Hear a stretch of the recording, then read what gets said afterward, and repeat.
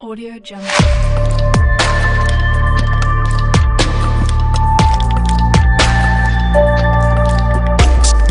Audio Jungle.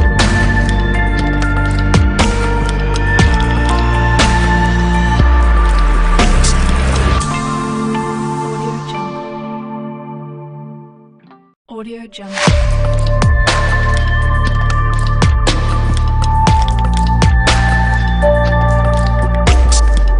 Audio Jungle. Audio Jungle.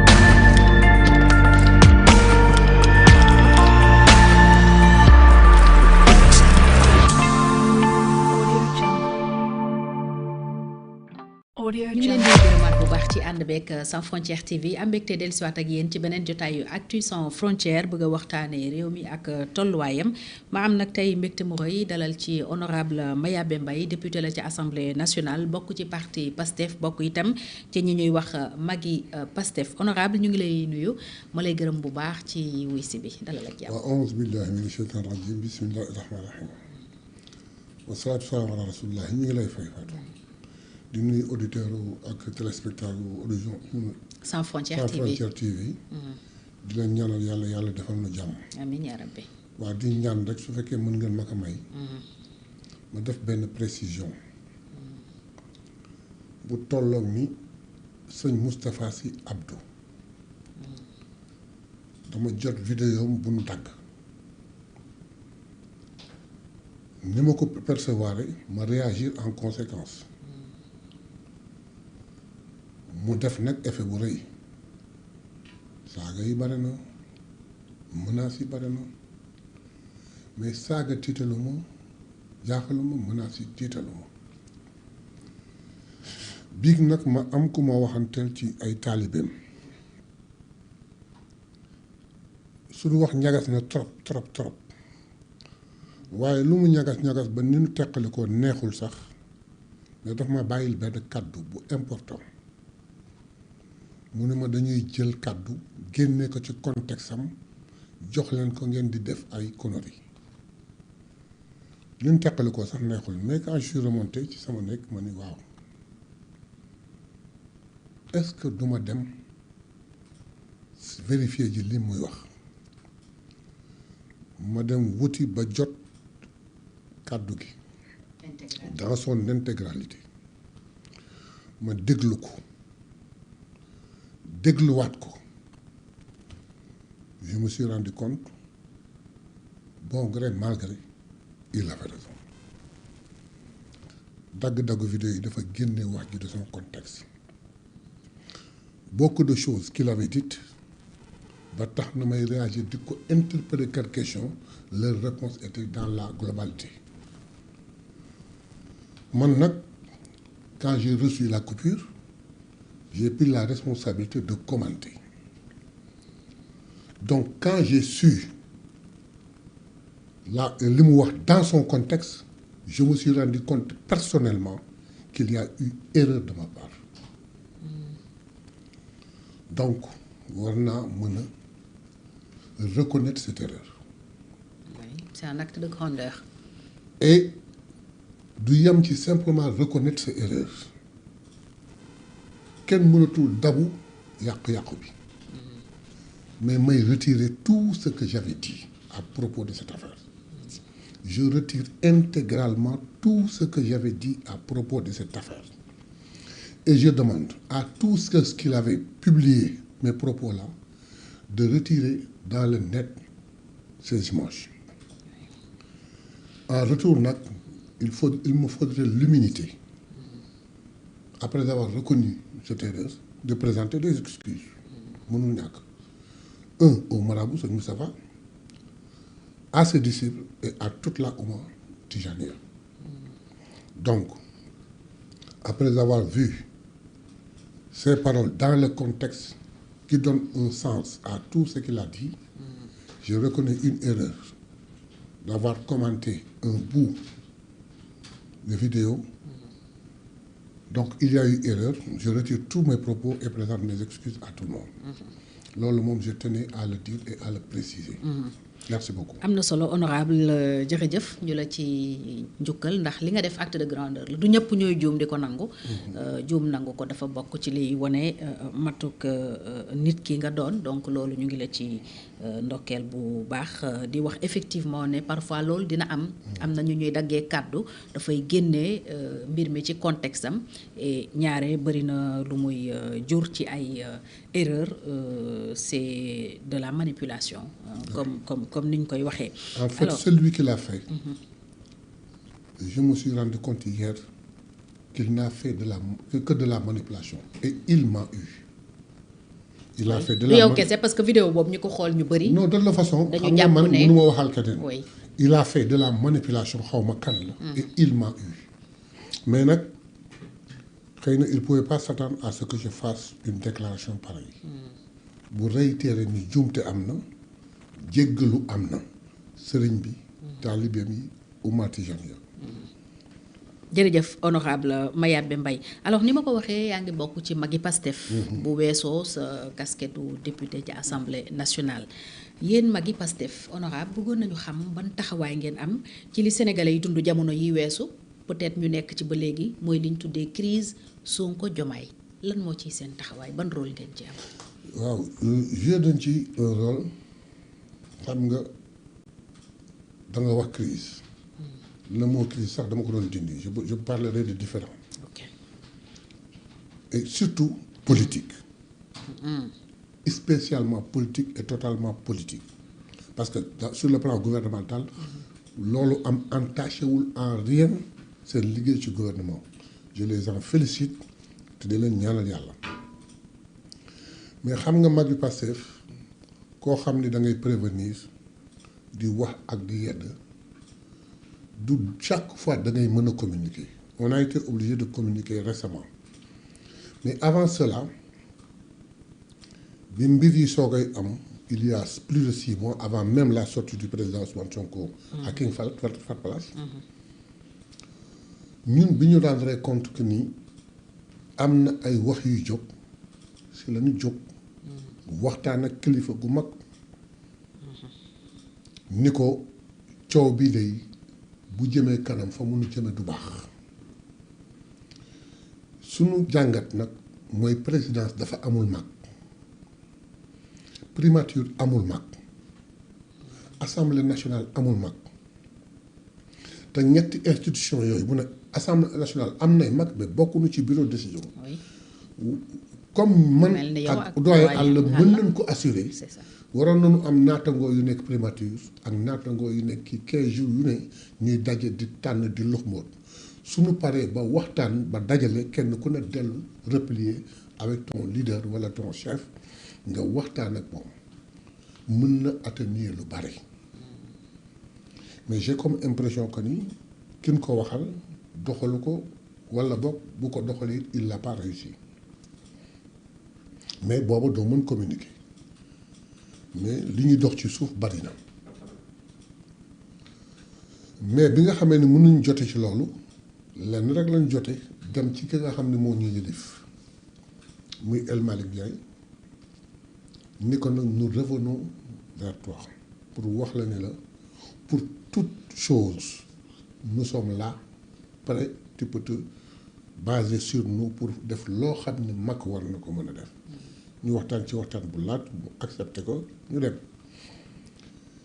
bi mbir yi amee ñuy programmer le 8 Terra meeting bi. Terra meeting bi am na ay députés yu ndaw yu ñu fekk suñu bureau ni ñu day war ngeen mun a wax lii dañ balay Terra meeting bi principalement notre objectif était de tout faire pour que Diomaye ne rate pas le Terra meeting parce que bu ko ratee rek mu jur góom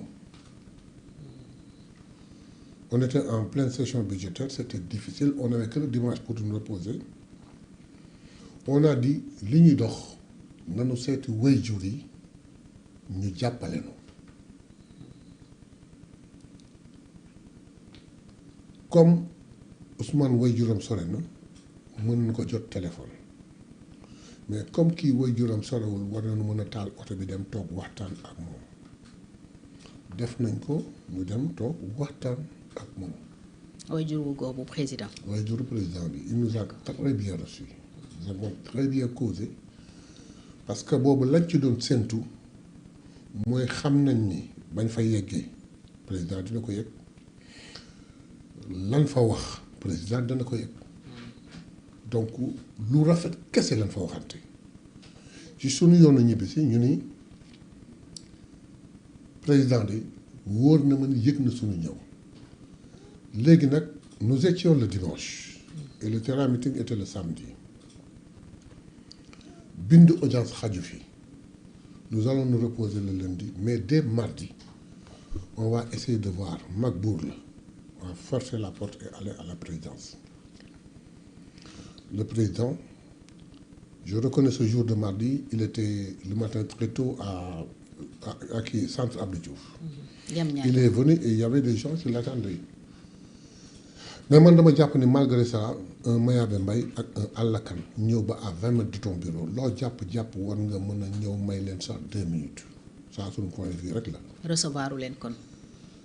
son directeur de cabinet l'a envoyé un message dem seetu ko ñëw ni ñu il est vraiment désolé parce que vraiment il est chargé dafa bëgg ngeen bàyyi fi seen coordonnées comme ça ñu woo leen expression boobu ki koy wax xamu ko mais man damay si am choc parce que man le frère Bassirou Diomaye même s'il est président de la République war na ma am sama coordonnée daf commencé am.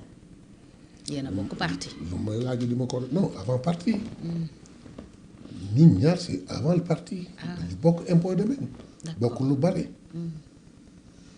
ma bëgg préciser bi avant may continuer que Diomaye lu mënti am dafa am lu ma téye ci moom lu ma jàpp ci moom muy nit ku dal nit ku am yar nit ku mën a am dégg-dégg am ambition respecter ay textes c'est le Diomaye que je connais bi mu waxee loolu ñun ñu ngi dem dans l'espoir que ni xëy na avant vendredi mën nañu am ñu gis ko mais ba ñu génnee présidence rek dañu jubal directement primature on a fait la même chose à la primature on n'a pas vu Ousmane dans les mêmes conditions mais son chef de cabinet est allé le voir pour venir nous rapporter Ousmane dit oui mais pas ici demain chez moi. Le lendemain, on est allé le voir. On a discuté de beaucoup de choses, de la situation. Nous avons un espoir d'ouverture. On a dit, on ne voit pas de problème. Donc, si on a la chance d'être reçu par le président, c'est bon. On ne communique pas. Parce que l'autre, c'est de communiquer. Mardi, mercredi, jeudi, vendredi, jusqu'au terrain meeting, malheureusement, le jour du terrain meeting, même si je sais que si je ça dès que bruit derrière, je dis, oh, enfin, il est là. Mais le terrain meeting, moi j'étais découragé. Je savais que ça allait créer un problème. Mais je ne savais lequel. Je savais que ça allait créer un problème, mais je ne sais pas lequel. Le lendemain, lundi, dimanche, le lundi, le communiqué sort. On contredit complètement ce que Ousmane avait dit. Ça a fait un choc dans le PASTEF. C'est coalition bi. Non, ça a fait un choc dans le PASTEF. waaw mooy communiqué bi soxal coalition Diomaye président bu mu dindi li Ousmane wax. teg Mimi Touré jox ko ni ko joxalal ma Diomaye président. Alors que dans la structuration de la coalition le nom de Diomaye dafa waroon sauter mu nekk apte. loolu je crois que loolu moo figuré ça dans le rapport donc jaxasoo am na. après restructuration bi. voilà après restructuration léegi nag problème am na mais après le leader du parti s'est rendu compte que neexul ba neexul mais ñaari yoon am na. Ousmane Sonko. Diomaye jël na yoonam nanu jël suñu yoon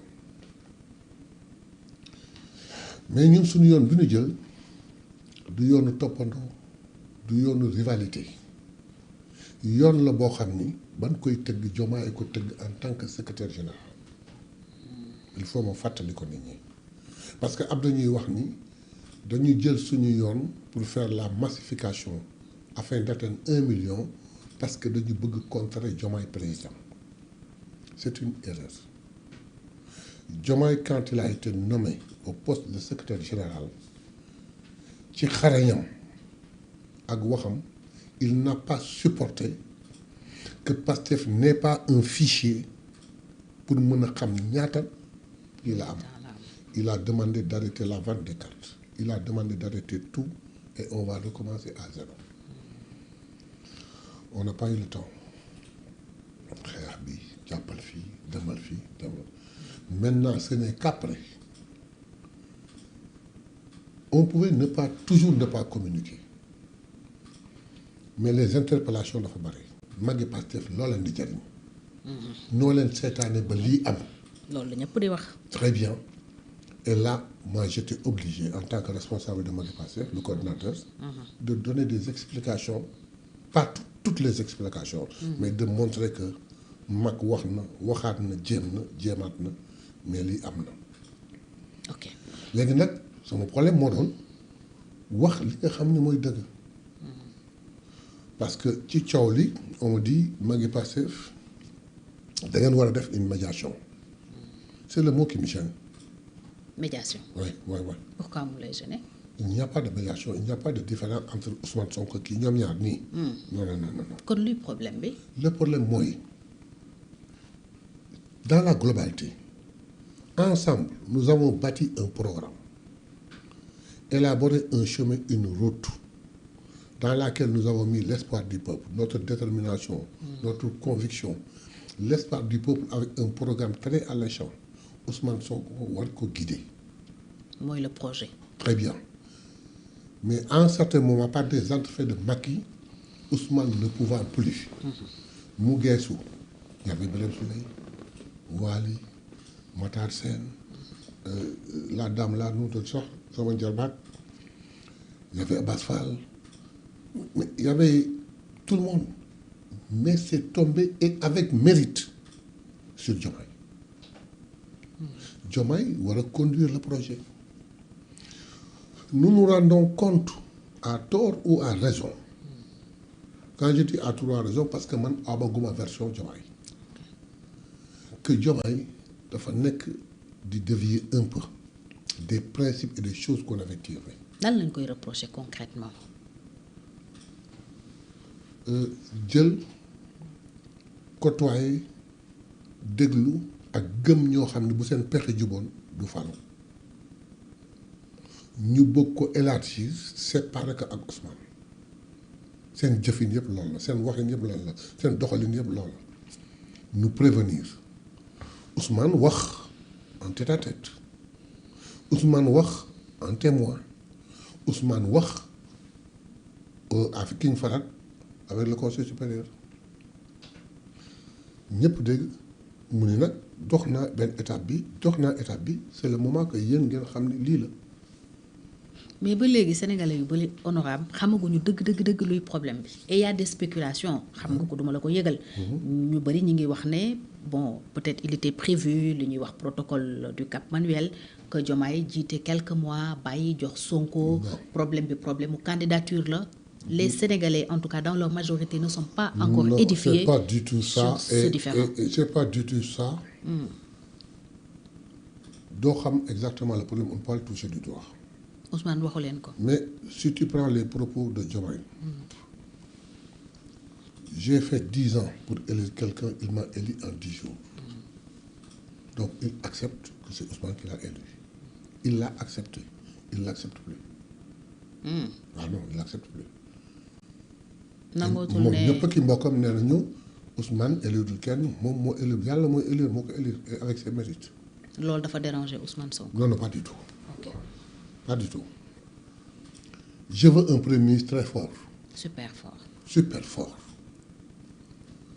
nee nañu dafay lorgner sama fauteuil il n'avait même pas encore fait 3 mois. Les gens tu sais. ci 100 jours yi la woon loolu. ci 100 jours yi léegi les gens commencent à dire que Ousmane lorgne son fauteuil il dit bu mu ko lorgner ne ko xool parce que moom laa ko gën a yéene. te dinaa continuer def lépp pour mu toog fi. très bien ñu ko ne dawal mais nous nous rendons compte que wax yooyu taxawatul.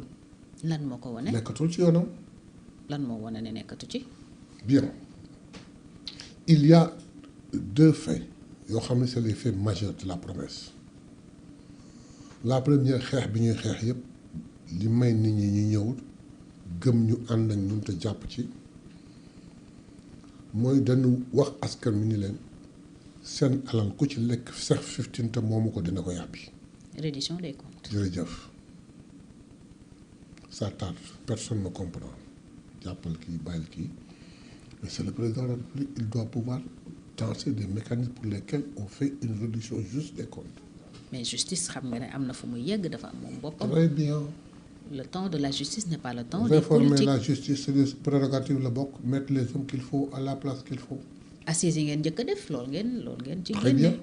mais ça tarde ça fait 2 ans déjà qu'on attend ce n'est pas nous qui attendons. mais yéen def ngeen fi remaniement de non la attends, ce n'est pas magistrature. nous qui attendons c'est le peuple qui a fait une marche pour réclamer pour wax loolu ensuite dans le parcours pour arriver au pouvoir mais ay xale dañu sacrifié wu ñii dee ñii làgg ñii lafañ mais aujourd'hui après 2 ans il devait y avoir une procédure buy marcher pour dem vers une justice.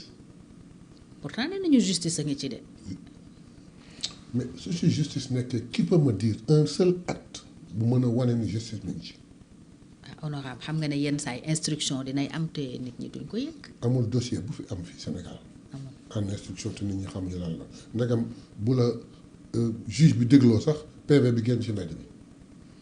mais pour la magistrature yéen bi ngeen ñëwee gis nañu ne ñi fi nekkoon dañ leen a jël ñii ñu yóbbu leen. Tamba wuti leen non ça c'était quelques yu ñu jël rek un yóbbu. grand remaniement. mais non il s'agit pas simplement ngay sempi ay nit il est bon de mettre les hommes qu'il faut à la place qu'il faut mais am na benn façon benn mafio bu nekk dans la justice boo xam ne dañ ko war a rey. ah oui ah oui ah oui. à quel niveau la nekk loolu. ah mais à tous les niveaux de la magistrature mais est-ce que les magistrats ne sont pas sortis ñoom par cette association pour demander qu'ils ont besoin d'être indépendants. oui c'est les magistrats qui l'ont dit. mais lan moo leen tey nekk indépendant parce que certains dafa am benn mafieuse bu nekk ci biir et puis xam nga ce qui est dommage c'est que yow li ngay xam beaucoup d'anciens mais surtout les nouveaux dafa am nu ñu mel nii mais malheureusement nag qu'on le dise ou non partout à la police à tel pays impôt il y a des brebis galeuses. c'est partout loolu dans. brebis galeuses voilà léegi loolu mooy problème bi il faudrait que ñu départ dem sur la reddition des lan la président Bassirou Diomaye Faye waroon def ci justice lu mu deful. changer des hommes.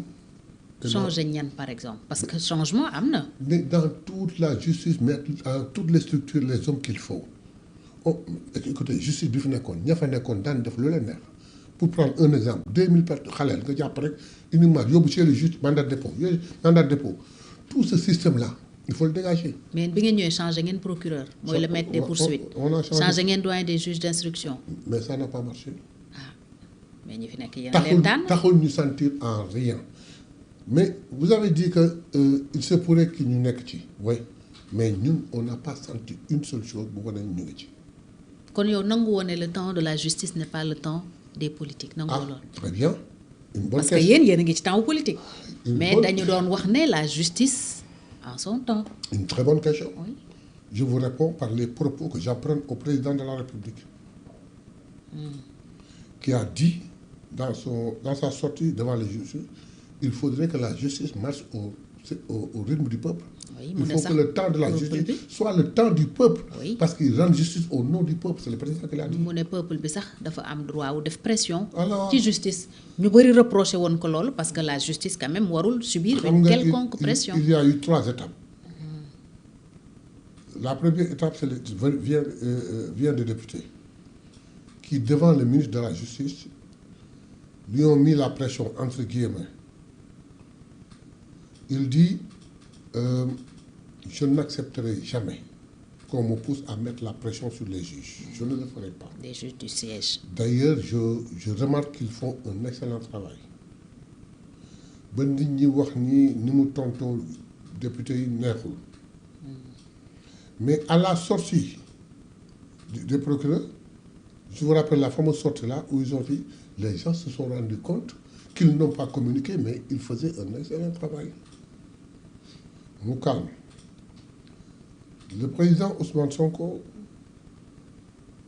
ñu wax ko ni ko le peuple dafay def une pression sur la justice. Il dit le peuple, il fait une pression sur les députés. ñu ngi def une pression sur le président de la République, sur le premier ministre. Mais lan moo leen di tey ñu def une pression sur la justice? C'est normal. Le président de la République en troisième lieu sort pour dire que la justice devrait marcher au pas du peuple parce que justice elle a dit pour le peuple te peuple bi dafa war a mettre pression. dafa war a gis boppam ci li justice. Très bien, et c'est cette pression là moom la nit ñi bëgg. Bon, il est venu, il a fait les assises de la justice. Mais diggante boobu ak léegi le rapport est donné et tout, on attend de bonnes décisions. Parce que ñun dañu jàpp que ce mandat, c'est un mandat de Pastef. Dans les promesses, il y a ces deux facteurs, réduction des comptes et justice. Si à la fin de ce mandat, amul benn acte de réduction de comptes total, amul benn acte boo xam ne wane na ni on a commencé à faire justice, je crois qu'on serait passé à côté. Mais pourtant reddition des comptes am na d'anciens ministres ont été inculpés mis en prison certes ñu bëri ci ñoom am nañu liberté provisoire mais bëri na quand même ñeneen ñoo xam ne ñu ngi ci kaso bi dans le cadre justement de cette reddition des comptes. Mais est-ce que amagu leen satisfaction vous vous rendez compte d'une chose qu'on poursuive un ministre pour 50 millions alors que am na koo xam ne on rapport mi ngi laaj 1 milliard 200 ñii 2 milliards ñii 10 milliards ñuy taxawal. ñan la ñooñu. Je ne pourrais pas citer les noms. Mansour Faye ñu ngi ko doon poursuivre pour un Non, peu plus de 2 Mansour, milliards. ouais. Moustapha Diop un peu plus de 2 milliards. Il est là-bas. Il est toujours en Mais prison. combien de personnes ont été épinglées? Combien sont en procédure? 4. Ok. Depuis combien de temps? Il n'y a que 4. Qu'est-ce qu'on attend? Voilà, il faut vider les 4 pour encore reprendre et vider. Ça va durer combien de temps? Voilà. Honorable keroog ci rentrée solennelle des cours et tribunaux bi président jiite le procureur général près la Cour suprême wax na fa waxi sous-effectif muy une réalité dans la justice. Ouais. Juges d'instruction yi ils sont submergés de dossiers instruction kenn du ko parax-paraxee parce qu'il s'agit de la liberté d'une personne mais aussi ay droit ay àq yoo xam ne ak yelleef dañ ko war a respecter. Est-ce que tam loolu nangu woo ne mun na expliquer un peu la situation bi ngeen di décrire? Et on le reconnaît. Moi, je crois que un bon acte que le président a fait pour un recrutement massif des forces de sécurité, il doit pouvoir doter de la justice mu defal leen un recrutement massif et exceptionnel d'une promotion de l'ENA pour mu am assez de juges. Ensuite, par la même occasion, mu fexe que portion avocat yi par rapport à la population ñu augmenter que dans les 2 ans avant la fin de son mandat. Tous les acteurs de la Très justice bien, tous les parce que acteurs de la même justice. ci wàllu Notaire yi c'est la même chose. on a un déficit énorme. C'est la même chose. Donc effort ak acte bi mu def et qui bu ñu mën a saluer avec les forces de défense et sécurité ba nga xam ne léegi lu bare yem na war na ko mën a def à la justice ça fait partie de ce que l'on réclame. Est-ce que loolu mënul expliquer un peu les lenteurs yi ngeen di dénoncer? ba tey wala yéen da ngeen soupçonner une main politique derrière ce que d'aucuns appellent impunité? En fait, on ne dit pas une main politique totalement, mais on se dit une certaine, je ne sais pas, négligence c'est trop fort, mais une certaine léthargie bu tax ne acte amagul daal. Manque de volonté. waaw donc daal loolu la et puis soo déggee nit ñi il dit que dans votre premier mandat là si vous n'avez pas aucun acte vers la justice des martyrs, aucun acte concret bu wóor sur la réduction des comptes couramment waxu leen lu woon nii. Sur les martyrs honorables am na loo xam ne gàllankoor la Ousmane Diagne ministre de la justice ba woon yàgg na ko fàttali muy la loi d'amnistie. Loi d'amnistie boobu moo tere xëy na ci gëtu ñenn ñi yëf yi mën a demee ni ngeen ko bëggee woon parce que bu loi bi amul woon dañuy ñëw rek xëy na yëkkatiwaat dossier yi mais loi d'amnistie dafa am lu bëri lu mu bloqué et boobu loi da ngeen promettre woon ne bu ngeen yegsee au pouvoir da ngeen koy abroger da ngeen waxoon sax ne bu weesoo voilà da ngeen koy dindi sànni et ci loolu ngeen campagne presque moom ngeen wutee majorité sénégalais yi jox leen ko ngeen ñëw ba léegi itam gisuñu ngeen jëlee fi loi bi lan mooy problème. Non, force est de reconnaître que nous l'avons promis sans étudier exactement les conséquences pour ñu programmer totalement cette loi. La faisabilité. Pour ñu écarter complètement cette loi. On peut le faire, mais les conséquences sont monstrueuses parce que du rétroactif. bu ñu ko dindi woon aussi mooy ñi ngi wax naan tous les faits day ñëw ça allait poser énormément de problèmes mais comme ñun benn problème la ñu am te mooy injustice totale bi mooy ceux qui ont tué lâchement les gosses devant tous les Sénégalais, les vidéos sont là, ceux qui ont terrorisé et comment est-ce qu'on dit torturé les gosses mu dem. La loi d'amnistie est là. On nous l'a proposé avant que l'on ne vienne au pouvoir. On va faire une loi d'amnistie pour vous sortir, nous n'en voulons pas. Ils ne l'ont pas fait pour apaiser, ils l'ont fait pour se protéger par rapport à leur acte. Regarde ce qui passe au moment où nous def la loi au niveau de l'Assemblée nationale.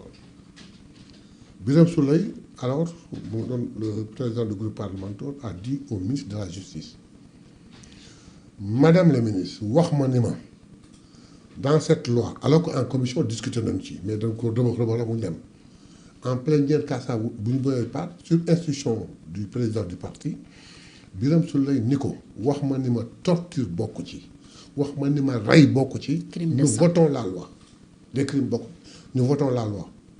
Elle n'a pas répondu. C'est pourquoi ñun on a boycotté on n'a pas voté la loi. Maintenant quand on est arrivé. mais da ngeen abstention ngeen def. abstention non abstention ngeen def quand on est arrivé. pourquoi je crois que ñun dañu génn. pourquoi defu leen. voté contre voté wu leen contre. non parce que il y a quelque chose de positif dans la loi donc voter contre c'est rejeter complètement la loi s'abstenir c'est ne pas comprendre léegi bi ñu ñëwee on a pensé à écarter la loi comme on l'avait promis. Nous mesurer conséquences ñu ni non il nous faut une relecture très sérieuse de la loi su fekkee dans la forme ñi rey ak ñi torturer la loi ne les protège pas ñu dem ñu def une proposition de loi pour une réorientation comme on l'a appelé. Interprétation. On a fait 3 articles. C'est uniquement pour que tueurs yi meurtres yi ak torture yi bañ ci bokk bi ñu ko defee on s'est trop appesanti sur un article au point où le conseil constitutionnel wax ni article bi dafa mel ni dafa orienté wu vers benn catégorie dama koy rejeter. am ñu ngeen bëgg a setal am ñu ngeen bëgg a. c'est comme ça que le conseil constitutionnel a vu mu rejeté ko mais ñun suñu problème dañu bëggoon rek mu leer ni la loi d'amnistie du protéger ku rey du protéger ku torturer mais dans le texte du conseil constitutionnel dans les considérants et dans la conclusion ils disent en fait boo ko bëggee wax ci wolof li ngeen def ni jaru ko woon parce que loi bi protégé wul kenn ku rey protégé wul kenn ku torturé mais biñ ko liiree mais soxlaatuñu dara way dañu rejeter seen kii c'est pas normal parce que li ñu bëggoon ñun la ñu bëggoon ba dans un ci benn texte bi ci considérant yi conseil constitutionnel wax na la ñu bëggoon te comme voie autorisée moo wax la voie bi gën a kawe ci justice moo wax ñu ko rey kenn du la protéger ku torturer kenn protéger mais la ca des conclusion bi sax ñun lire ñu ko ça ne nous intéresse plus loolu rek lañ ci soxla woon. interprétation boobu nag. léegi nag niñ ko interprété mooy yéen da ngeen am ñu ngeen bëggoon làq. non non non du tout. làq na ko ce n'est pas nous qui avons fait cette loi. léegi nag ñoom bi ñu demee ba xam ni ñoom ñi doon wax ni la loi est bonne il faut qu'on la laisse ñu poser leen question à savoir dindi leen ci torture dindi leen ci rey ñu voté ko ñu bañ ñoom bi ñu dellu si ñoom waa léegi pourquoi ngeen di interpréter dindi leen loi bi yow yaa ni loi bi baax na wax na ko ñu ne bëggewuñ ko nii nga dem defar ko ni nga ko bëggee ñëw posé ko ñu ne ñun lañ ca soxla rek sa loi nga noonu lañ ca soxla mooy ku rey bu nga ko protégé ku torturé bu nga ko protégé nga ni non non non loolu moom non non non dindi leen rek pour ñu sànni fa leen ci pour ñu yóbbu ci conséquence su écarter totalement la loi mais ñun comme le conseil constitutionnel réglé suñu problème waxatuñ ci parce que li taxaw ñu def ko dañuy ragaloon dans l'interprétation de la loi d'amnistie nga dem dans ak benn juge à Ziguinchor il le dit bon sur cette affaire là dëgg je mënuma ci wax xam nga je suis bloqué par la loi d'amnistie nga dem à Saint-Louis kii la non bien qu'il y ait loi d'amnistie ça c'est pas kii dama ciy wax ñu bëggoon nag dans l'interprétation que tout le monde lise la loi de la même manière c'est ça l'objet de notre proposition de loi maintenant que c'est clair xam nañ leen di protéger xam nañ li ñu protégé wul c'est ce qu'on attend. alors li nit ñi mënul comprendre en fait ñenn ñi liñ mënul comprendre mooy aussi ngeen campagne ko ñëw voté wu leen ko wax nga ne étudier wu leen ko. mais pour ñu yore pouvoir am peut-être possibilité wu am les plus grands juristes waroon ngeen a jiital jàngat ndax abrogation. mën na nekk am déet bi ngeen di wut majorité assemblée boobu. am ngeen yéen a ngi pouvoir non attendez. bi ñuy promettre législative c'était en non bi ñuy wax législative c'était en novembre 2024. mais c'était avant même que l'on prenne le pouvoir. non président fal nañ ko mu dissoudre assemblée. non ngeen di campagne pour am majorité. kooku c'est la kii c'est la loi d'interprétation mais bi ñuy poser la loi elle-même nous avions benn ballottage à l'Assemblée avec des alliés yoo xam ne à un certain moment ils nous ont laissé seuls. On n'avait que 33. loolu mooy bi ñuy voté loi ba. waaw oui. Justement c'est après le vote de la loi on n'en est pas encore à la présidence c'est là après cette législature que le président ñëw mais avant au vote ak ba le président di ñëw nous avons dit que cette loi nous n'en voulons pas. waaw sans réfléchir loolu ngeen yàgg a wax. sans réfléchir léegi bi ñu falee président Bassirou Diomaye Faye ba toog ba war a toog ñëw assemblée ba am une majorité absolue. Les experts nous ont dit attention. mais bi ngeen di campagne en novembre 2024 pour am majorité. ci ngeen digg abrogation. c'est ça pourquoi jiitalu leen jàngat loolu ba pare. parce que dafa on a été emporté par la politique. voilà parce que on le reconnaît on a été dafa jur désespoir ndax bi ngeen waxee abrogation ñu bëri dañu waxoon effectivement non quand on a expliqué au peuple le peuple a compris. On en parle plus on a discuté plus le peuple a compris. On dit au peuple loi d'amnistie bi ñu def dindi wuñu lépp mais yéen li leen ci soxal mooy ku rey ak ku torturé loolu ku rey ku torturé loi bi pour kii la après beaucoup de discussions le peuple a compris on n'en parle plus mais il est bien vrai que nag il faut ñu nangu leen nous avons été emportés par la politique au point de promettre quelque chose boo xam bi ñu ñëwee les experts nous ont dit attention. da ngeen def les charrues avant les bœufs. bu leen neexee sax su ko neexee waxee noonu su la neexee waxee noonu. mais quoi qu'il en soit. nous restons dans notre position. la ñu bëggoon daal ba ñuy wax naan dañ koy dindi la ñu bëggoon.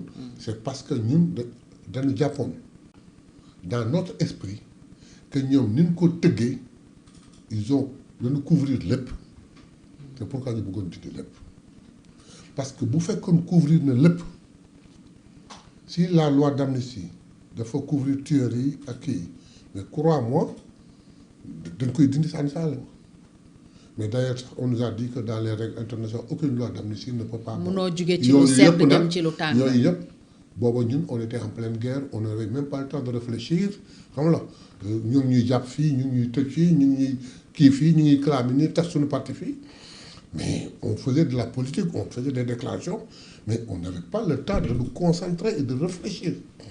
Mais maintenant, bi ñu ñëwee toog au pouvoir, on a réfléchi. On a vu des experts qui nous ont posé des problèmes. Je te donne un exemple. Nous avions promis de criminaliser l'homosexuel. Parce que ne l'homosexuel. woon mooy loi bi ngeen di njëkk a voté. waaw dañu waxoon ne loolu lay jëkk a def. Mais quand on est arrivé, on en a longuement discuté, même moi, Sam Djiko, gisante na ak ñoom. Ma question était de savoir comment peut-on criminaliser loo xam ne xamuñu définition.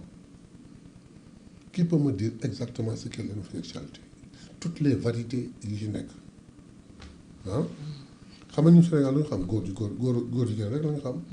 góor gu nekk ci biir jigéen ñi góor gu efféminé. En fait góor jigéen ñun loolu lañ ci xam. Ce n'est que récemment, pas très longtemps, pas plus de 30 ans, en 2001 ou 2002, quand ils ont voulu importer Guéprat, si lañ soogay commencé ñun di bañ. C'est que ça a toujours été interdit par benn expression boo xam ne kii contre nature. acte contre nature acte contre nature mais góor jigéen purement bi am ci monde bi ba ñun ñu bëgg criminaliser ñu ngi ko importer mu ñëw xamaguñu lan la. L G B T mais léegi kii la il faut ñu formuler benn définition boo xam ne mbir mi kuñ ko solal xam ni moom nga wala doo moom ça c'est un. définir les critères. Très bien. Deuxièmement su nit nekkee LGBT ñu xam ko te deful benn acte bu déranger la société et s'il veut aller le cueillir et punir ko su fekkee gisoo benn acte bu mu def ñi nga xam ne da nga koy promouvoir moom yomb na mais par contre nag l'homosexualité moo tax man sama xalaatu bopp la promesse est encore là et dama rafetlu lool doxinu sàmm si jikko yi mais damay bañ li ñu dal ci ñaari criminalisation dal na def nañu criminalisation sur le vol de bétail. Qu'est-ce que ça a produit daf ko yokk on dirait sax def nañu criminalisation sur le viol lu ci indi ay innocents yu ñu jàpp tëj leen pendant presque 3 ou 4 ans pour sortir wax ñaari baat la ñett criminalisation trafic de drogue. voilà criminalisation trafic de drogue lu mu est-ce que wàññi na ko daf ko yokk léegi nag lii c'est du sérieux. Bon, ci viol bi y a débat hein. Les féministes ne sont pas d'accord. Sur le viol. Oui, que ni criminalisation bi daf ko yokk ñoom elles disent autre non chose. non waxuñu daf ko yokk. faju ko. faju ko dafa am ay innocents dafa gànde ci profito jël ay innocents dugal leen kaso pour que 4 ans après ñu xool ni noonu lii la. Alors que suñ ko définir woon carrément jaar fi jël un temps de réflexion. Mais léegi yow pour la dernière histoire wujj yaay boo xam ne doomam parce que doomam gêné ko pour un problème d'héritage. Le cas Fall. ni doomam jiñ ko viol mu dem tëdd yàq njàngam yàq carrière yàq léppam pour avouer après que sama yaay moo ni naa ko accusé ndax ak héritage. Mais est-ce que ñun consciencieusement war nañu mën topp suñu euphorie ak promesse jusqu'à faire loo xam ni ëllëg non seulement ça va nous poser des problèmes mais dina tax ñu rey ñu ci biti mais suñu toogee en tête reposée réfléchir ñoom ils ont des experts ils ont fait un travail extraordinaire waa sàmm si jikko yi nous avons promis seen expert ak suñu yos àndandoo liggéey teg benn critère ñu dox ci loolu àndandoo nous leur avons promis que nous allons porter groupe bi dina porter cette loi. kon promesse de criminalisation bi tegu leen ko ci suuf. non non c'est toujours d'actualité. mais bërki démb rek dans nos panels on en discute dans notre panel on en discute régulièrement donc léegi ce qu'il faudra mooy xam fi ñu jëm je vous jure que députés yi ils sont mordus à vouloir criminaliser. ok honorable soo ma ko mayee bëgg naa ñu dellu tuuti ginnaaw. ci ponk bi ñu njëkk a waxtaanee dama am envie xam lan la leen président président tontu bi ngeen demee seeti ko parce que moom dafa njëkk a wax boo xam ne dafa attiré woon attention wu ñu bëri. muy artu en quelque sorte le président ci digganteem ak Ousmane Sonko di ko ci ñaax di ko ci ñàkk. est-ce que bi ngeen demee wax ko situation bi daf ci am mbetteel wala quelle a été sa réaction. non booba xamaguñu lan la. dañuy njortu. ne réeroo ñu am bëgg anticiper. d'accord bi ñu demee mu rassuré je ne vais pas rentrer dans tous les détails. oui mais bu ñu demee mu rafetlu doxin bi. rafetlu ñëw wax ñu wax ju rafet rassuré nu ba pare ni lii ngeen dox yàlla ngeen ci am ndam. jëlul engagement que ni moom tam dina ci. ah non ci wàllam du ko wax mais wan nañu ni moom dina ci def loxoom ba pare sànni nañu kàddu gu ñu rassuré mooy sànni nañu kàddu gu ñu rassuré mooy on est allé voir le dimanche samedi la jógee Dakar gis na Diomaye wax na ak moom mu wax ko ni ko maag Ousmane ñoo añandoo bët ki dem donc il faut que nit ñi comprendre benn chose Ousmane ak Diomaye amuñu ñoom ñaar benn problème bu ñu toogoon waxtaan kafre le problème bi ñu am c'est sur le plan politique lii la ñu war a doxee dafa mel na saa waay yaa ngi koy wàcc walla dox bi yéex na mooy différent bi mais nag il faut que Sénégalais yi aussi ràññee benn bés saluer la grandeur des deux personnes jusqu'ici malgré leurs divergences politiques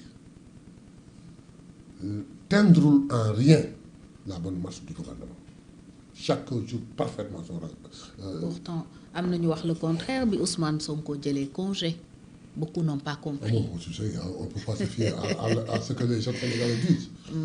Couramment sénégalais, tu sais, hein, animer la galerie, tu vas que du coup de fil. Parce que beaucoup l'ont pris pour une bouderie dañ ne dafa gedd. D'abord, non, d'abord, Ousmane, balaa muy jël congé, il a été un peu souffrant. mu am 3 jours. te bi mu amee 3 jours benn jour bi coïncidé conseil des ministres il n'y était pas. Après le conseil des ministres le président dafa doxe tànkam palais ba këram Petit Palais seet si ko ci seen waxtaan ci ça va tu vas ci sa marche mais toi tu dois te reposer ba benn humour di wax ni hôpital ngi xas dispensaire parce que nag bu ñu dindee différent bi nga xool leen ñoom ñaar ba ñu jógee prison ba 1 an de pouvoir noppalu wuñu dañu enchaîner. non dañu enchaîner lépp du ñu nelaw pour rekk Sénégal bañ a soox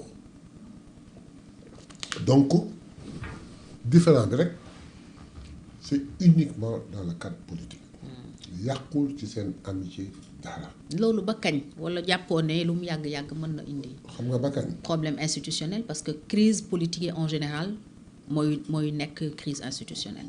non mënut a nekk crise institutionnelle dans la mesure où kenn ku nekk yaa ngi doxal sa wàll ci wàllu gouvernement sans tenir compte du différent léegi nag ñi nga xam ni ñoom la ñu yaakaar ni ñoom ñooy cause du différent bi Ousmane wax naa ñoom parce que seen problème yëpp mooy que Ousmane quitte le gouvernement. walla Ousmane moo bëgg ñooñu jóge fa. non. parce que moom tam nee na ñooñu amuñu fa place. oui bu demee ba ñëw am intention diviser ñi nga xam ne ñoo ànd liggéey pendant des années ba ñëw au pouvoir nga leen jéem a diviser ils n'ont plus leur place. mais yan acte ce ne sont que des alliés. yan acte lañ posé ba ngeen wax ne dañu leen. acte yu bare yu toll de monsieur le président Ousmane Sonko la rigueur qu'il a mis à la primature dans le gouvernement ça gêne certains.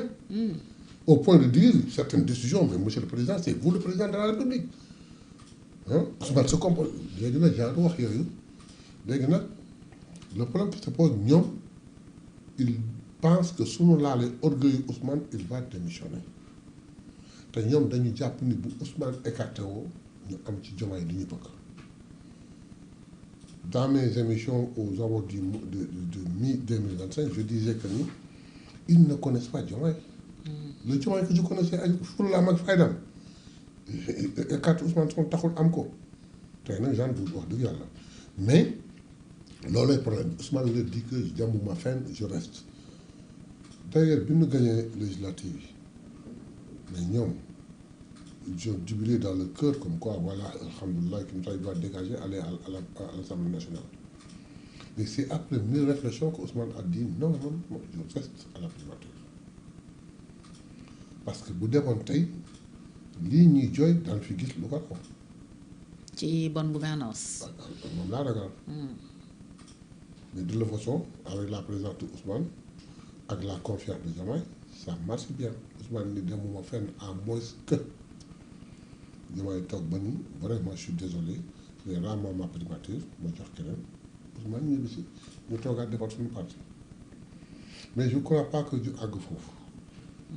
waaw parce que balay mois de juin des choses se passeront ba ku nekk dina xam boppam. balay mois de juin lu nar a xew juin.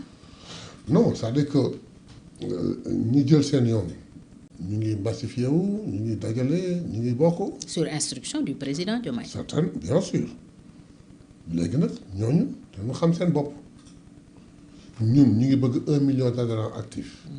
tout ça avant le mois de juin. ñaari échéance bu ñu demee ba yegg foofu kenn ku ne dina xool sa morom. xam dooley politique am. ku ne dana xam. mais amuloo crainte ci Diomaye président mi wut siège am barki démb président may leen fukki billet muy wane ne kon moom mi ngi entretenir sa coalition. mais c'est une logique. amuloo ci njaaxare. ay logique la. ñu koy liggéeyal ñu mu bokkal coalition bu am possibilité may leen ay billets mais c'est logique je ne dis pas que c'est normal mais c'est logique. siège bi dérangé wu leen. mais en quoi cela peut nous déranger ça fait dañuy constater rek que ni warul mun a ne loolu nag mooy wane ni ñun ñu jàpp ni jël na yoonam léegi nag faudrait-il ñu toog fii di wax di lamenté wu non da koy bàyyi mu jël yoonam ñun ñu jël suñu yoon mais fii nag bu ñu demee ba à un certain moment kenn ku ne da nga natt sa bopp s'il est très fort il nous écrase si nous sommes très forts nous l'écrasons ñu écraser ko sur les élections locales. kon est-ce que ndegam coalition boobu dina fa dem. est-ce que jëmuñu ci séparation. séparation au niveau du gouvernemental. non je ne pense pas. même bu ku nekk demee ak bannière am ci local yi jàppoo ne loolu dina leen taxale. li ñu def ba malgré les différents politiques ñu teg ko fale di doxal gouvernement bi di am ay réussite bay wàññi ceeb ak dawlin nag leneen grandeur boobu ñu am je crois que dinañ ko continuer. mais élection honorable beneen réalité la. élection c'est un temps le temps ku ne xam boppam suñu paree élection on revient au gouvernement. alors bu weesoo local yi il y a aussi en perspective la présidentielle de 2029. la présidence de 2029 il y a que Ousmane Sonko boo xam ne ñun Pastef moo déclaré candidat ni Ousmane sera le candidat de Pastef en 2029 Ousmane n'a encore rien dit. waxtaanagu leen mais c'est Pastef qui dit que Ousmane sera notre candidat en réponse à la direction que bi coalition Diomaye jël. et il y a quelques jours une coalition bu tudd Diomaye 2029 juddu na. très bien porter la candidature du président Bassirou Diomaye Faye. mais Diomaye n'a encore rien dit. oui comme Ousmane Sonko. voilà Diomaye n'a encore rien dit c'est la coalition Diomaye qui le dit. très bien nous allons y aller ça fait rire.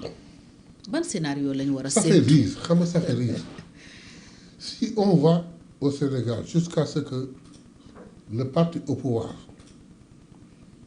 divisé wu nekk ñaari camp qui s'affrontent dans tout ça où est l'opposition sénégalaise.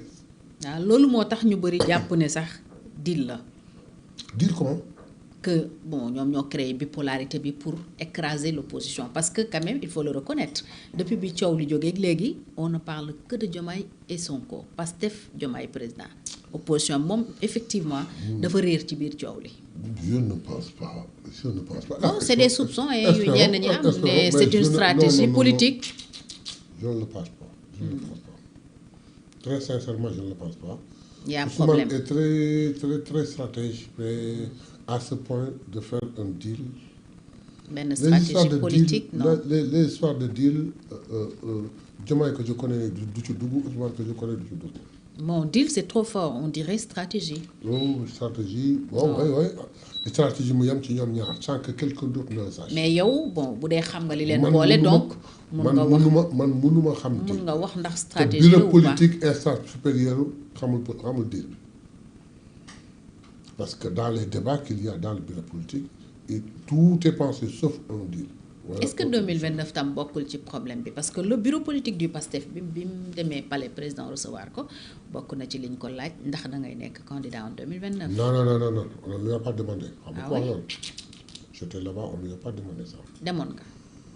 J'étais là-bas parce que je suis membre du bureau politique. On y était, on ne lui a pas demandé ça. Et puis. Pourtant am na ñu leen jege ñu ne dafa ne leen moom. non xamul non ndax non dina fekkee laajuñu 2029 ko mais wax na ci moom. moom moo ci wax mais laaju leen. moom moo wax ni quant à une candidature il sait même pas ndax dana fekk 2029. lu indi question bi. non wax na ci beaucoup de choses yoo xam ne on ne lui a pas demandé. ok dafa waxtaan ak ñun ouvertement. pour rassurer leen. Non, pas rassuré. Il nous disait ce qu'il pensait. Il ne parlait pas, enfin, selon moi, il ne parlait pas pour me rassurer. Il me disait son point de vue, il me disait ce qu'il pensait, hein, ak li mu jàpp moo taxaw. Man nag ma def ci analyse par rapport à ce que je sais. Mais il n'était pas là-bas, il nekk foon pour rassurer. mais ba léegi yow xamuloo lan mooy seen problème dëgg-dëgg. bu weesoo lii parce que on soupçonne que y a autre chose. suñu problème rek mooy yoon bi ñu jël. alliés yi daal mooy seen. non yoon bi ñu jël mi ngi koy wàcc. ñu dellu soit kon Diomaye nekkatul ci yoonu projet bi. mi ngi koy wàcc daal tànk-tànk. mi ngi koy wàcc wala wàcc na ko. non mi ngi koy wàcc non wàcc na ko carrément dafay teg fale. dans le gouvernement il applique le programme. mais le nag projet. waaw mais nag. kon nan la ko wàccee. mais ci ay promesses yu ñu defoon yoo xam ne ñëpp di toog jonkan di xaar. mais bu dee justice moom est-ce que mun nañ ko beaucoup de ci choses. bu dee reddition des comptes juge ñooy doxal bu dee la justice au martyrs aussi c'est la justice. Mais lui il doit réorganiser. Nous avons promis un état de droit. Il faudrait que ñu réorganiser la justice pour dire mais justice bi fi nekkoon démb au service de l'ancien régime di def yenn yi mais dara changé wul. kon da ngeen jàpp ne ñooñu ñoo fi nekk ba léegi. Par peut-être di exemple, protéger ñoo fi nekk ba léegi. ñi fi newoon. waaw ñoo fi nekk pratiquement ba léegi. mais procureur mooy mettre des poursuites procureur yéen a ko tànn. doo ko tànn ouais il fait son mieux. il fait pas le job. Il fait son mieux. mais procureur ku mu bëgg a jàpp dañ koy jàpp. Mais dans un cas bien précis, dans la reddition de compte, moi je ne peux pas comprendre que tous ceux qui sont épinglés, ni de Rocher que de ni de Defli, mais 4 personnes n'ont pas dit ça, c'est ridicule, 50 millions, je crois que nous avons ça à la médiation, je crois. Alors que des gens traînent avec un soupçon de 1 milliard. C'est ça le problème. léegi nag il fallait que d'abord nga jublu ci loolu askan bi xam ni yaa ngi topp alalam bon am na ñuy wax c'est des rumeurs et parce que amul benn communication officielle que beaucoup de gens sont allés comme le président l'avait suggéré képp ku ñëw ak sutura delloo. transiger voilà très bien am na ñuy wax ni ça la transition marche très bien c'est la raison pour laquelle beaucoup ne sont pas convoqués. On n'en sait absolument rien, c'est des spéculations. Et le cas Farba jaaxal nañu bëri quand même parce que. Farba Ngom oui. non le cas Farba. warul jaaxal kenn. Farba heureusement pour nous le rapport qu'il a épinglé du ñun ñoo ko def ça fait partie des rapports yi waa ji tegoon kuddam ñu dindi ko joxe ko ñu topp ko moom ak Tahirou mais boo bëggee xool l'affaire Farba nga xool déroulement bi ñu convoqué Farba une première en 2 heures de temps ñu bàyyi ko mu ñibbi coow li mel na tulleeg maalo pourquoi mais li ma ci intéressé woon rek c'est la déclaration de son avocat nous sommes xamuñu sax luñ koy toppee avocat yi def un point de presse 2 avocats l'un prenant la parole wax ni man xawma Farba ba léegi luñ koy toppee mu topp beneen avocat bi ñëw ni dossier bi buñ ko tegul ci suuf ji daanu dana bare. maître Baboucar Cissé ma ko waxoon. bien kii xamul luñ koy toppee. mais kii xam na li nekk ci dossier ba mën na daaneel ñu bare donc il y a problème. ñu kon ni ñu jàpp Farba woor ko déglu ko arrêté ko l'avocat qui ne comprenait pas lu ñu doyee Farba parce que xamul woon lan la dit que li ñu koy toppee mënuma leen ko expliquer parce que doo leen ko comprendre ce qui dit que kon c'était grandiose. L'autre dit que le dossier est vide. Il y a En incohérence. fait looy gëm ñu dem pour un dossier vide mais un avocat il travaille, il pousse la procédure au fond, démontrer que le dossier est vide, on libère son candidat, ñu bàyyi le dossier vide dafay créer un dossier médical. waxatuñ dossier médical il est malade il est souffrant il est bourrant. mais loolu ay expertise ak contre expertise moo ko wane. très bien expertise bu dalawee bu 2 heures de temps sax kii mën na fa jaar dem tout de tas. risque de mort subite. tout le monde était inquiet ba très honnêtement en jullit je me disais waaw moom Farba moom yàlla ko yàlla taxaw ci croyais fermement on parle de contre expertise mu ñëw confirmer toute l'expertise si Farba daal yàlla ko yàlla taxaw le juge dégluwaat assuré j'ai assez d'éléments pour aller à ma décision mais je peux les libérer mais les liberté provisoire le procureur accepte pour quelqu'un et refuse pour l'autre. moo jaaxal ñu bari. man ñëpp ñu mën a jaaxal même man dafa jaaxal je l'ai interprété d'une manière en disant que ñaari nit bu ñu reerandoo même chose kenn ku biiram dawee keneen ki bu biiram dawul sax war na metti léegi son camp politique jël ko bëgg ko def exploitation politique oui acharnement la siggali la kërëb la préparer un point de presse. Entre-temps, le ministre de la Justice génn am na ñu ni ministre de la Justice warul woon génn ki waroon génn c'est le procureur mais procureur lu mu wax lay communiquer au moment où le ministre de la Justice génnoon di wax mais le procureur ne savait même pas ce qui se passe. Ah non c'est un service administratif les pénitences ñoo def benn enquête gis ay jëye rendre la hiérarchie ba mu yegg si ministre bi le ministre sort et dans sa déclaration nee na demain je vais saisir le procureur. mais procureur moo def appel Farba des prison. non kooku c'est dans la première affaire. mais comment comprendre Farba mi ñu jàppee woon complice des prison Tahirou mi ñu ne woon mooy le cerveau du libéré ko. Le procureur suit le dossier nous n'avons aucun renseignement sur cette attitude du procureur mais pour l'autre là comment est-ce qu'on dit le ministre service am yi def noonu ba mu agsi moom c'est très clair mu ñëw joxe une déclaration parce que famille politique am dañ doon ñëw politiser affaire bi mu jiitu leen wax li am qu'est-ce qui se passe Farba bi nga xam ne léegi il était mourant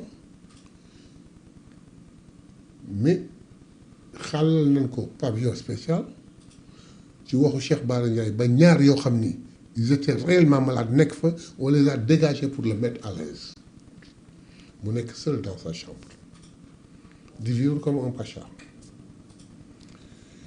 yore téléphone di woote 250 000 compte kii 250 000 bay transmettre ay vidéo téléphone simple de transmettre vidéo téléphone avec tactile mooy transmettre vidéo avec comment est-ce qu'on dit encore mu am possibilité nekk dans le net di comprendre tout di seetaan journal mais loolu yëpp c'est pas grave bi gën a grave dans une affaire et ça peut faire l'objet si le procureur savait mën naa wax raison bii moo tax mu téye ko ñaari nit ñu leen di soupçonner mettre leen en mandat de dépôt pour que ñoom ñaar ñëpp ñu bañ a am contact juge bi déglu kenn ki def un PV ñu extraire PV bi jox ko keneen ki kooku jàngat que pour que bu ko demee devant le juge il ne fait que réciter une récitation su ko defee ñaar déclaration conforme c'est dans quel but vous imaginez un PV de quelqu'un et son complice ñu jël PV kii déglu dem jox ko kay. mais loolu taxul ñu comprendre li tax Tahirou génn Farba des. non parce que Tahirou la Trésor fay Tahirou jox non Farba. attendez léegi l'affaire du détournement de deniers publics et consort xam nga bu ñu ko tuddee entre Tahirou et Bassirou. escroquerie sur les deniers on publics. s'en est tiré incompréhension totale de l'attitude du procureur. kon yow sax comprendre. non du tout. d'accord muy point jàll na. d'accord Maintenant on en vient à l'affaire Farba purement par rapport à la les prison. deux téléphones. Les deux téléphones les rapports les coups de fil ak les échanges de vidéos comme passe l'expression pornographique. lu ci nekk. ah c'était des vidéos porno. loolu la kii wax ministre bi. ministre Yacine Fall. Ba bon ñu dafa ne amul ay kenn. vidéos yu ñaaw yu bon.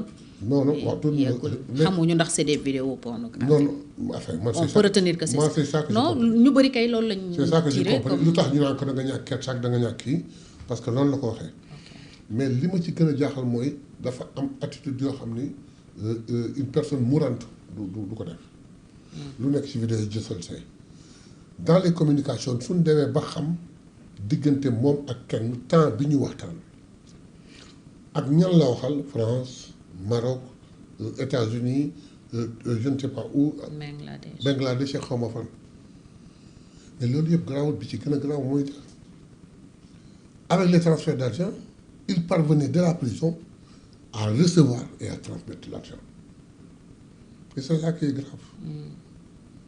Maintenant on oublie la maladie on oublie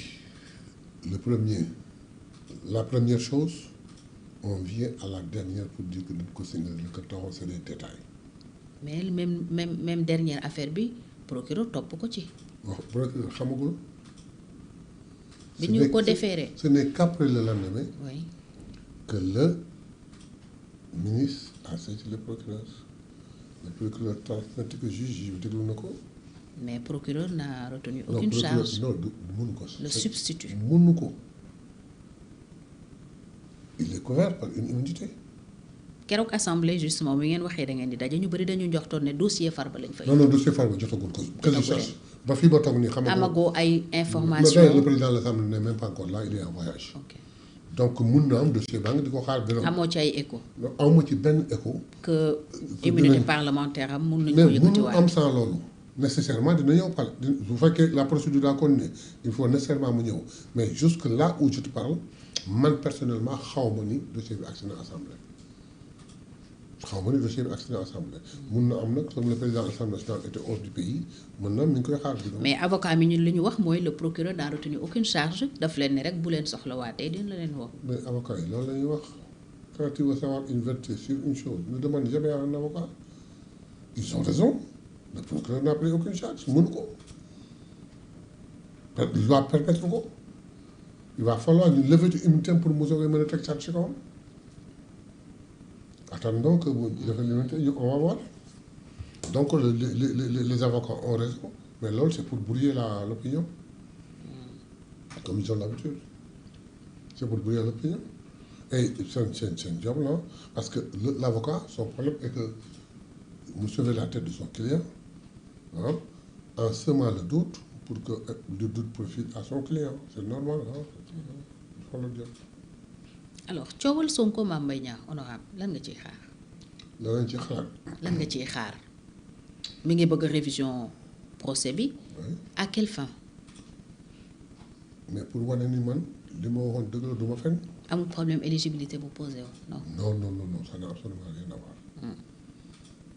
Sonko il a voté aux élections présidentielles il a voté aux élections législatives. il a été élu député.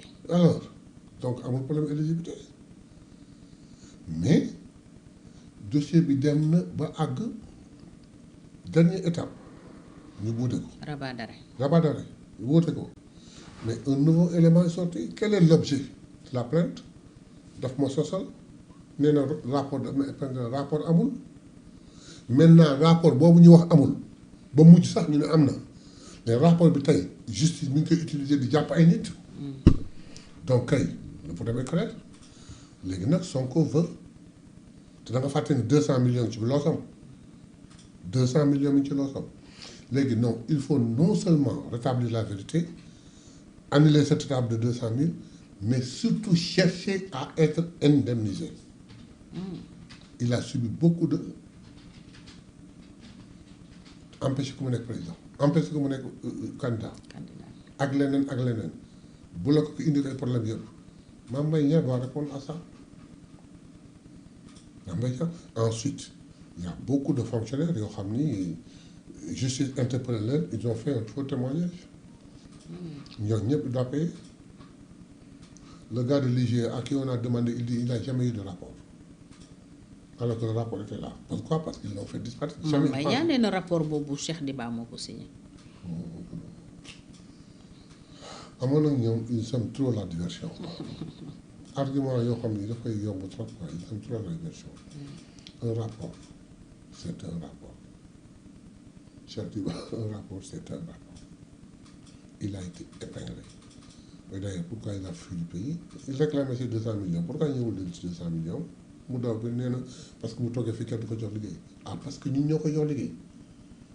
Parce que moom du jóg wuti liggéey ñun ñoo ko jox liggéey. dafa ragal ngeen xeex ko politiquement. fu ñu koy xeex politique il n'a jamais été fonctionnaire bu ñëwee soit il fait son affaire ou bien mu dem def demande d'emploi quelque part jël ko mooy argument bi yëpp mooy su ma fi toogee doole ma jox liggéey mais comme su fekkoon ñoo koy garantir liggéey pour mu toog fii non du argument dafa daw la vérité est que dafa daw.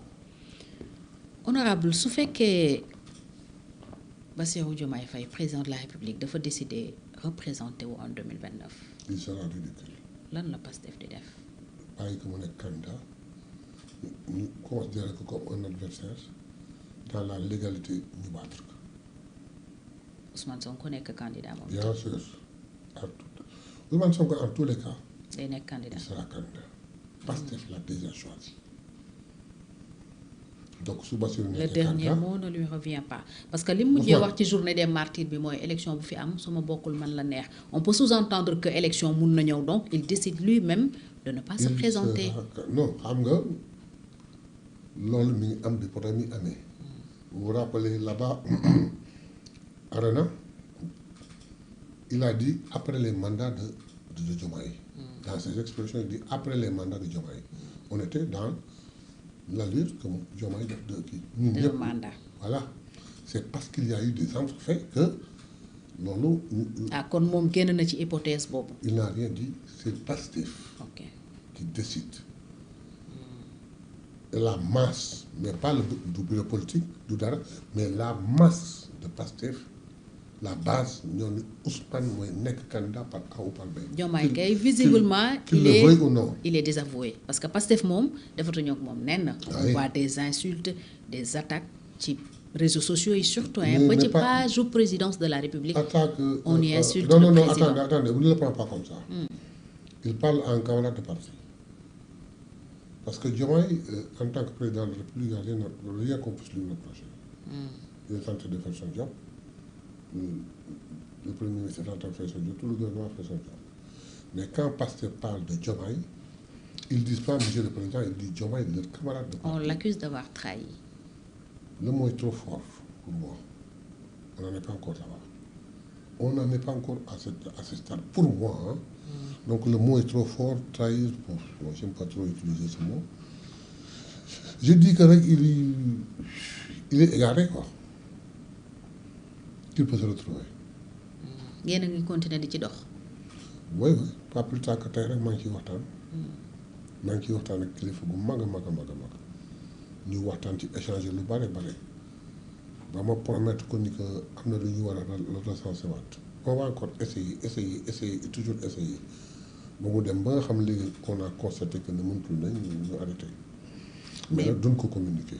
mais ba léegi le problème reste entier. parce que tey jii su Diomaye recevoir oon ma ngi passé ñu toog waxtaan ak moom on ne communiquera pas là-dessus suñu Ousmane recevoir oon dootuñu communiquer là-dessus. Ousmane mu jënd leen recevoir këram. non recevoir nañu këram mais dans ce fait là jamono jooju il fallait que wax ni magi Pastef da ngeen toog di seetaan il fallait communiquer pour leur dire que def nañu lii jeex na pour ñu xam ni tooguñu seetaan maintenant ce qui va se passer après si le président de la République nous permet si le camarade Diomaye nous accorde une audience ñu waxtaan fa c'est pas chose à communiquer suñu gisaatoon Ousmane c'est plus chose à communiquer soit on réussit soit on échoue mais dootuñu ci communiquer le peuple doit savoir que nous on n'a pas croisé les bras mais nag dootuñu ci wax dootuñu ci communiquer. Mais le problème reste entier wala les lignes ont bougé?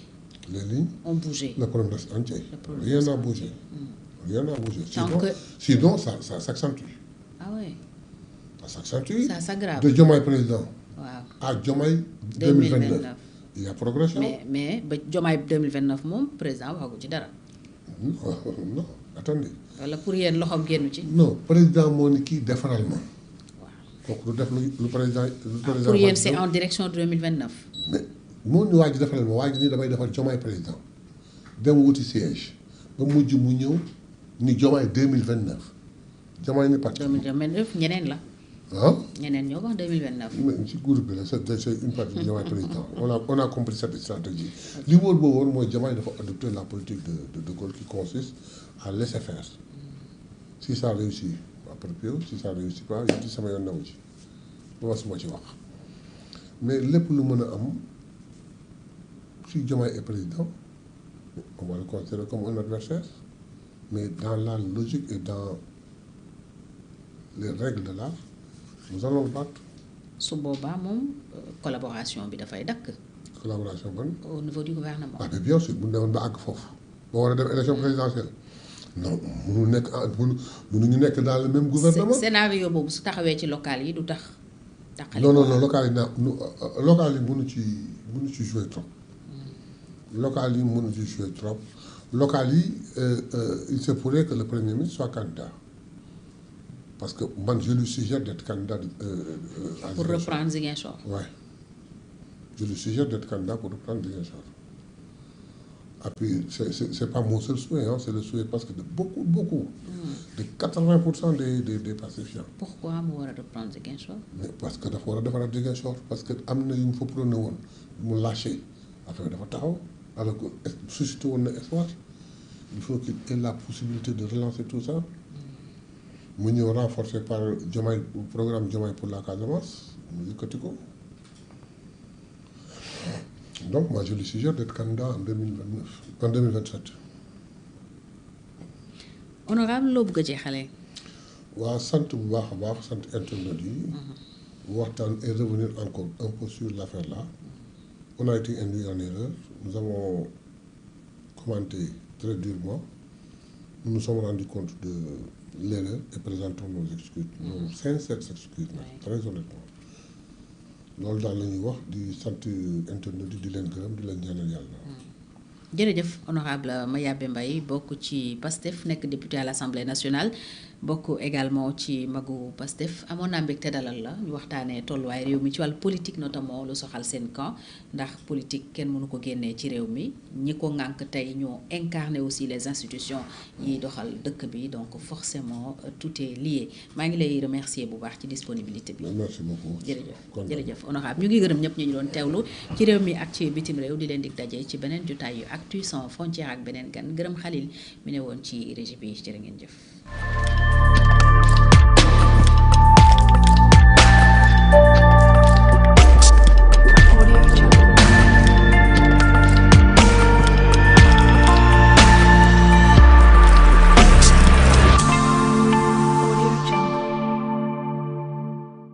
Audio Jungle.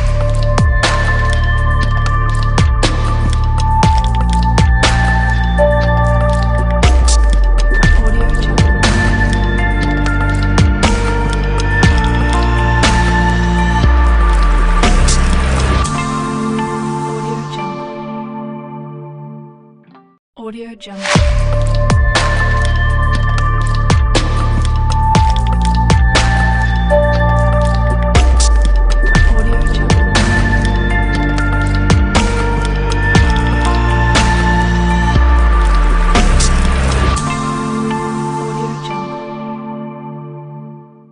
Audio Jungle.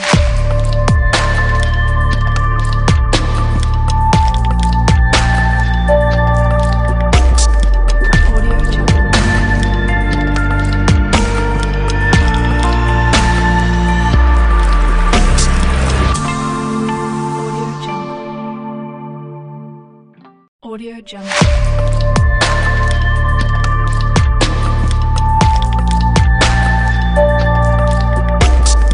Audio Jungle.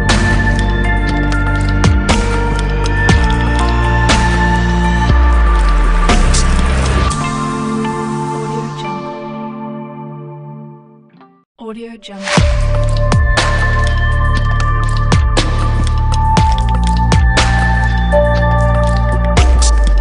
Audio Jungle.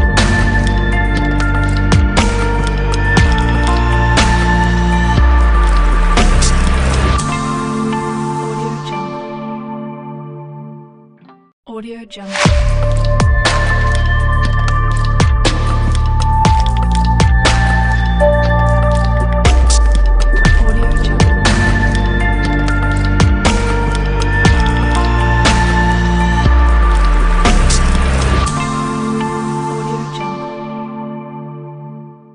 Audio Jungle. Audio Jungle. Audio Jungle.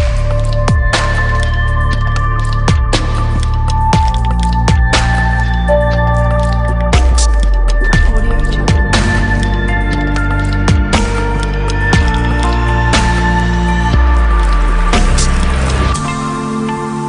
Jungle. Audio Jungle.